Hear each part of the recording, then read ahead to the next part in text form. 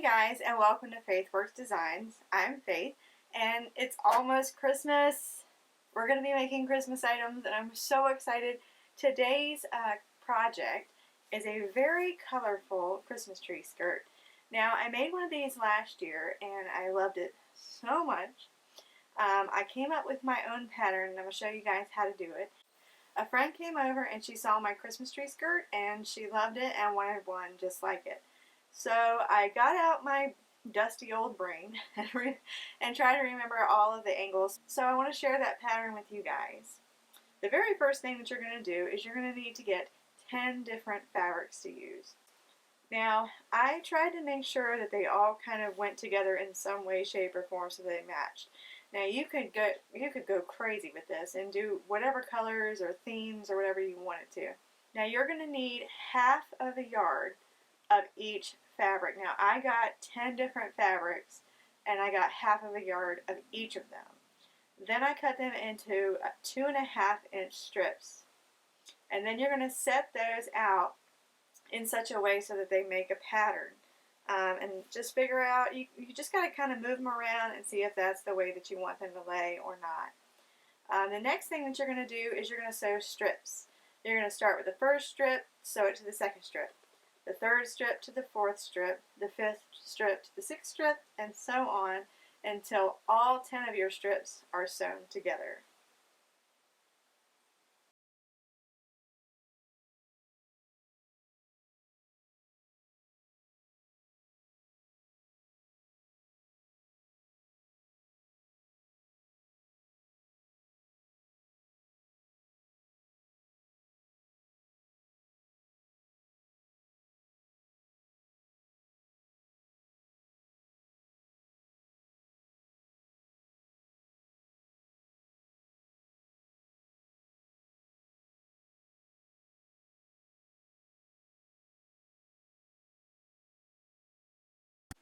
What you're seeing me do right now is I'm taking each of my strips of fabric, I'm taking the whole sections of 10, and I'm ironing them all towards facing up. So, and then the next set of strips sets, I'll iron them facing all the way down. Now, why am I doing this? I want my seams to nest. Alright, so my ruler is not long enough to go all the way up. Yes, I'm using my broken one, and yes, I'm going to continue to keep it and use it forever. So what I did was, I got one of those, I've mentioned it like a million times on my channel, the dollar store cutting mats. So I used one of those, and I took some painter's tape so I can just remove it, it's no big deal, and I extended it out to be my ruler so that I can continue cutting here and make sure that everything's straight. The very first thing that I did was make sure that my my edge was straight. I've got just a tiny bit of the salvage there, and it's no big deal. It'll be in the seam allowance. Let's see, what else? So I've got this cut straight. What I've also done is I found 1.5 inches, and if you can see that, my makeshift ruler is at 1.5 inches from the corner. I went in 1.5 inches, and you're going to do this on every cut. And then I took my ruler here, and most of your rulers should have a 60-degree angle on them, and that's, I lined up the 60-degree angle here and then met up 1.5 inches here, and that way all of my cuts will be exactly the same. They'll be on the right angle and they'll turn out great. So I'm going to cut this first one, and then I'm going to show you how to turn the ruler and then cut the other way. Alright guys, so hopefully this will make a little bit more sense. So what I did was, I took my sheet of strips, okay? Everything's ironed, it's all flat, it's ready to go. What I did was I measured out 1.5 inches here, and then I found 60 inches or 60 degrees on my ruler, and I put it down that end so that the crossway was down there, and that gave me my angle, and I matched up 1.5 to the 60 inches right here, and that made my first block. Then what I did was I needed to make a right angle so that when I turn this around, they go together in like the V shape. So what I did was I just lined it up on my board, cut straight down. This is scrap. We're not going to be able to use this at all. So I know, it breaks my heart too, but you won't be able to use this. but you'll be able to use this. And let me show you how they come together.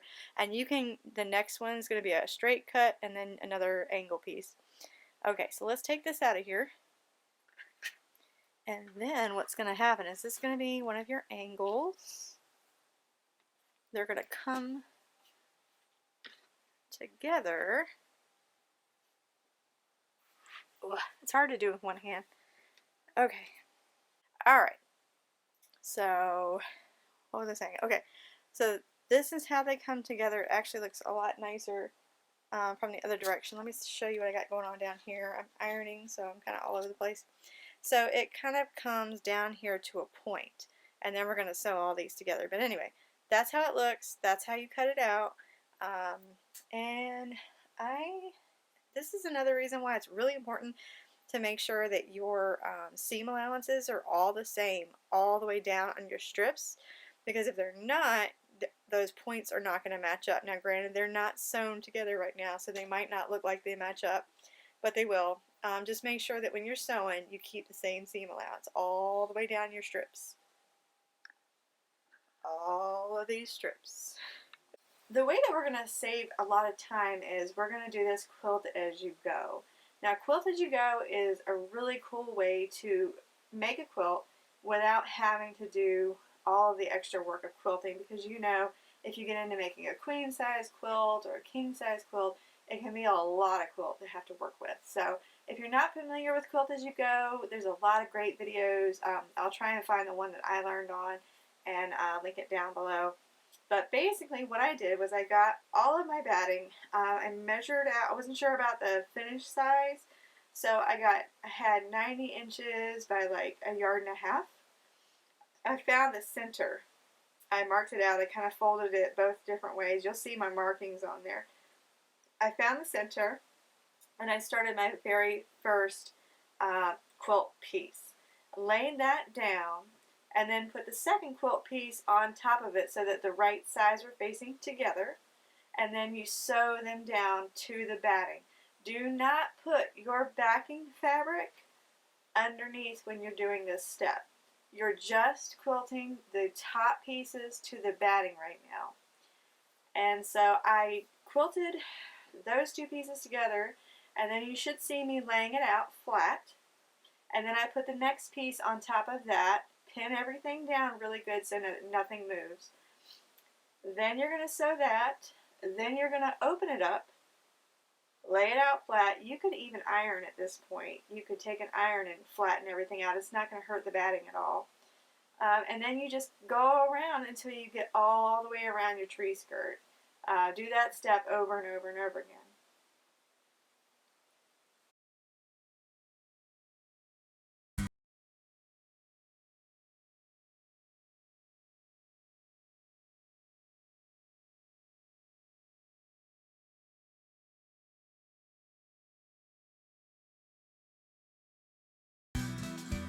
To do a tree skirt without binding is pretty easy, actually, believe it or not.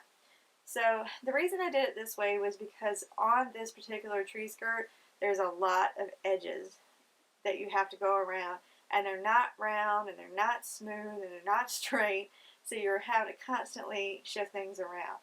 So I saw a tutorial on how to put a tree skirt together and then just turn everything inside out, and that way you don't have to do the binding, and that's what I'm doing in the video today. So I've got my backing fabric face up, and then I'm going to lay my batting and my quilt top on the top of that. Okay, so I've got my right sides facing together, and then what I'm going to do is I'm going to go around and cut around the backing fabric.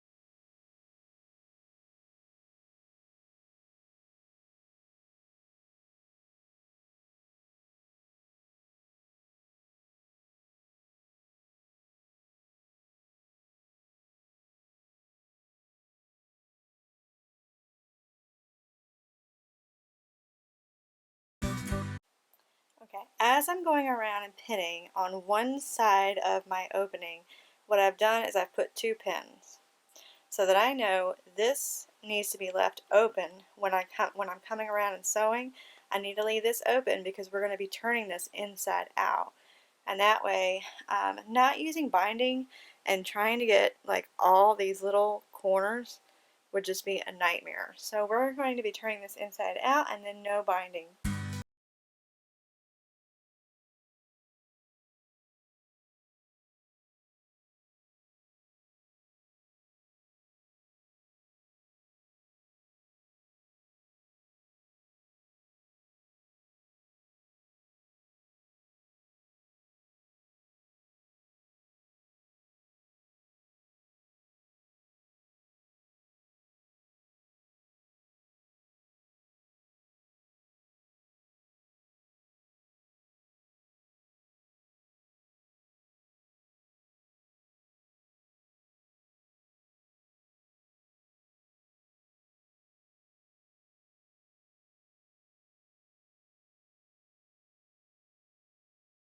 As you turn it inside out, you need to make sure that you stop first and cut all of your corners. Any kind of sharp corners that you have or any of the angles, you need to cut those edges off. Hopefully you're seeing that in the video now.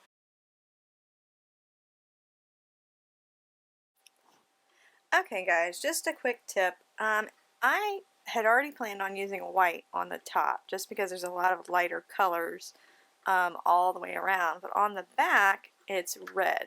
So here's where you need to make sure that your bobbin thread is going to be the same color as the bottom of your tree skirt. If I had used white, it would stick out like a sore thumb, and I kind of wanted her to be able to like flip it back and forth, so if she just wanted the red and black to be on top, she could. So there's nothing worse than doing all of this work and then forgetting to change your bobbin out, so make sure that you change your bobbin.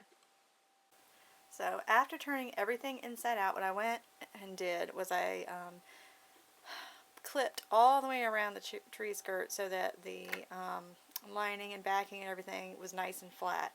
Now what I'm doing before I go to quilt all of this is I'm pinning. Make sure that your quilt, your tree skirt, is nice and flat. You want it nice and flat just like you would a regular quilt when you're going to pin it together, so that it's not uneven or bubbly down under the bottom side. It'll lay nice and flat. So I'm going around now and I'm kind of like staggering my pins on each side. And then what I'm going to do for this one is not like go crazy and go quilting. I'm going to start at the top, quilt down this side, turn around, go up again to that side. I think that's what I'm going to do for every intersection, is just go up and down just to make it a little easier, and I think it'll be really pretty like that.